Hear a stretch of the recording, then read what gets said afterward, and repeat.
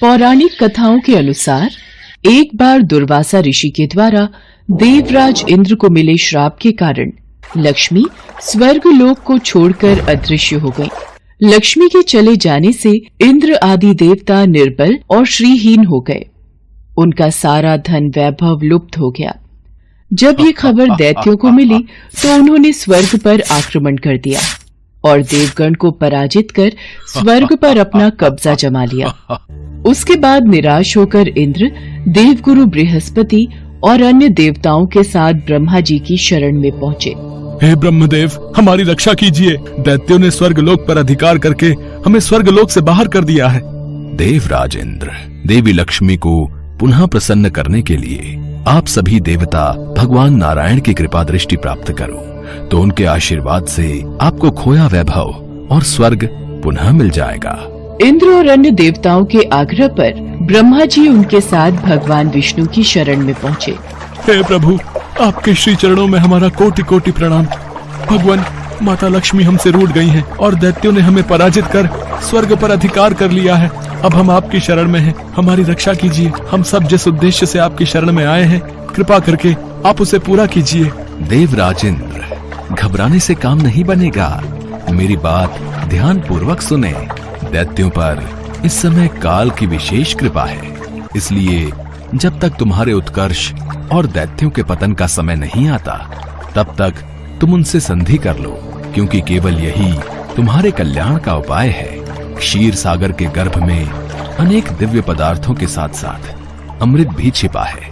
उसे पीने वाले के सामने मृत्यु भी पराजित हो जाती है। इसके लिए तुम्हें समुद्र मंथन करना होगा। ये कार्य अत्यंत दुष्कर है, अतः इस कार्य में दैत्यों से सहायता लो। कूटनीति भी यही कहती है कि आवश्यकता पड़ने पर शत्रुओं को भी मित्र बना लेना चाहिए। तत्पश्चात अमृत पीकर अमर हो जाओ, तब दुष्ट दैत्य भी तुम्हारा अहित नहीं कर पाएंगे। वे जो भी शर्त रखें उसे स्वीकार कर लो। ये बात याद रखो कि शांति से सभी कार्य बन जाते हैं, क्रोध करने से कुछ नहीं होता। देवराज इंद्र, तुम दैत्यों के राजा बलि के पास जाओ और समुद्र मंथन का प्रस्ताव रखो। जो आज्ञा प्रभु। भगवान विष्णु के परामर्श के अनुसार इंद्रादि देवगण दैत्यराज बलि के पास संधि का प्रस्ताव लेकर गए। यदि मैं समुद्र मंथन में देवताओं की सहायता करूं, तो इसमें मेरा क्या लाभ होगा? समुद्र मंथन से देवता और दानव अमर हो जाएंगे, क्योंकि समुद्र मंथन से प्राप्त अमृत को पीने से हमें अमरता मिल जाएगी। यदि ऐसा है तो मैं समुद्र मंथन के लिए तैयार हूँ। समुद्र से अमृत प्राप्ति की बात सुनकर राजा बलि को लालच आ गया और उसने समुद्र मंथन में सहायता के लिए हामी भर दी। समुद्र मंथन के लिए समुद्र में मंदराचल पर्वत को स्थापित कर वासुकी नाग को रस्सी बनाया गया। तत्पश्चात भगवान विष्णु ने कूर्म अवतार में स्वयं कछुए का रूप धारण करके मंदराचल पर्वत को अपनी पीठ पर रखा, ताकि मथनी स्थिर रहे और समुद्र में डूब न जाए। देवता वासुकी नाग को मुख की ओर से पकड़ने लगे। इस पर उल्टी बुद्धि वाले दैत्यों ने उनसे कहा, वासुकी नाग को मुख की ओर पकड़ने में अवश्य तुम देवताओं का कुछ न कुछ लाभ होगा। हम भी किसी से शक्ति में कम नहीं हैं। हम मुंह की ओर का स्थान लेंगे। ठीक है, तो हम पूंछ के भाग से पकड़ लेंगे। हमें इसमें कोई आपत्ति नहीं है। अमृत पाने की इच्छा से सभी बड़े जोश और वेग से मंथन कर रहे थे। सहसा तभी समुद्र में से कालकूट नामक भयंकर विष निकला। ये सब क्या हो रहा है? समुद्र में से तो विष निकल रहा है। ऐसे तो हम सब मारे जाएंगे। भागो, ये विष है, भागो। हमें भगवान भोलेनाथ की शरण में जाना चाहिए। अब वही इस परेशानी का हल बता सकते हैं। महादेव, समुद्र मंथन से विश्व बह रहा है, जो पूरी पृथ्वी पर संकट फैला रहा है। प्रभु, कुछ कीजिए। आप सबको परेशान होने की कोई आवश्यकता नहीं है। मैं इस विष का पान करूंगा और उसे अपने कंठ में रोक लूंगा। सभी देवताओं की प्रार्थना पर महादेव समुद्र मंथन से निकले विष को हथेली पर रखकर पी गए, किंतु उसे कंठ से नीचे नहीं उतरने दिया। उस कालकूट विष के प्रभाव से शिव जी का कंठ नीला पड़ गया, इसीलिए महादेव जी को नीलकंठ भी कहते हैं। फिर से समुद्र मंथन प्रारंभ हुआ और इस बार दूसरा रत्न कामधेनु गाय निकली, जिसे ऋषियों ने रख लिया। फिर उच्चैश्रवा घोड़ा निकला जिसे दैत्यराज बलि ने रख लिया। उसके बाद ऐरावत हाथी निकला जिसे देवराज इंद्र ने रख लिया। ऐरावत के बाद कौस्तुभ मणि समुद्र से निकली, उसे विष्णु भगवान ने रख लिया। फिर लक्ष्मी जी निकली। लक्ष्मी जी ने स्वयं ही भगवान विष्णु को वर लिया और अंत में धन्वंतरी देव अमृत का घट लेकर प्रकट हुए। धन्वंतरी के हाथ में अमृत को दैत्यों ने छीन लिया और उसके लिए आपस में ही लड़ने लगे। इस अमृत को पहले मैं पीऊंगा। नहीं, ये अमृत पान पहले मैं करूंगा। नहीं, मैं पीऊंगा। नहीं, पहले मैं। ये दैत्य तो आपस में ही अमृत कलश के लिए लड़ रहे हैं, परंतु हमारे पास इतनी शक्ति नहीं कि हम इन दैत्यों से लड़कर अमृत कलश को ले सकें। हमें भगवान विष्णु से सहायता मांगनी होगी।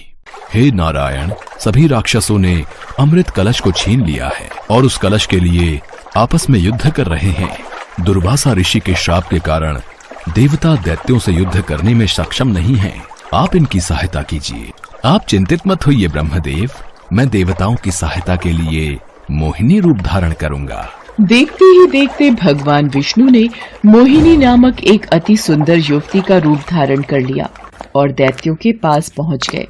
आओ शुभगे, तुम्हारा स्वागत है। हमें अपने सुंदर कर कमलों से ये अमृत पान कराओ। हे देवताओं और दानवों, तुम दोनों ही महर्षि कश्यप जी के पुत्र हो, फिर भी परस्पर लड़ते हो। मैं तो स्वेच्छाचारिणी स्त्री हूँ। बुद्धिमान लोग ऐसी स्त्री पर कभी विश्वास नहीं करते, फिर तुम लोग कैसे मुझ पर विश्वास कर रहे हो?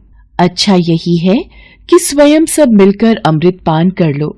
ये श्रीहरि की ही कोई लीला है जिससे दैत्य उनके रूप पर मुग्ध हो गए हैं। सुंदरी, हमें तुम पर पूर्ण विश्वास है। तुम जिस प्रकार इस अमृत को बांटोगी, हम उसी प्रकार अमृत पान कर लेंगे। तुम ये घट लो और हम सभी में अमृत वितरण करो। यदि आप इतना आग्रह कर ही रहे हैं तो ठीक है, आप सभी दैत्य और देवता अलग अलग पंक्तियों में बैठ जाइए। मैं सभी को बराबर मात्रा में अमृत पान करा देती हूँ। जैसी तुम्हारी इच्छा सुंदरी, हमें कोई आपत्ति नहीं है। मोहिनी रूप में भगवान विष्णु दैत्यों को अपने रूप और सौंदर्य से मदहोश करते हुए देवताओं को अमृत पान कराने लगे। दैत्य उनके कटाक्ष से ऐसे मदहोश हुए कि अमृत पीना ही भूल गए। भगवान विष्णु की इस चाल को राहु नामक दैत्य समझ गया। मुझे ऐसा क्यों लग रहा है, ये जरूर विष्णु की कोई चाल है। परंतु सभी दैत्य अभी मोहिनी रूप में मदहोश हैं। वो मेरी बातों पर कतई विश्वास नहीं करेंगे, इसलिए मैं देवता का रूप बनाकर देवताओं की पंक्ति में ही बैठ जाता हूँ। ये तो राहु दैत्य है। हाँ, ये रूप बदलकर देवताओं की पंक्ति में बैठ गया। चंद्रमा और सूर्य की बातों को सुनकर भगवान विष्णु क्रोधित हो गए। उन्होंने तत्काल अपने सुदर्शन चक्र से राहु का सिर गर्दन से अलग कर दिया। अमृत के प्रभाव से उसके सिर और धड़ राहु और केतु नाम के दो ग्रह बनकर अंतरिक्ष में स्थापित हो गए। इस तरह देवताओं को अमृत पिलाकर भगवान विष्णु वहां से लोप हो गए। उनके लोप होते ही दैत्यों की मदहोशी समाप्त हो गई। वे अत्यंत क्रोधित हो देवताओं पर प्रहार करने लगे। इस बार सभी देवता अपनी शक्ति वापस पा चुके थे, अतः उन्होंने दैत्यों को परास्त कर अपना इंद्रलोक वापस प्राप्त कर लिया।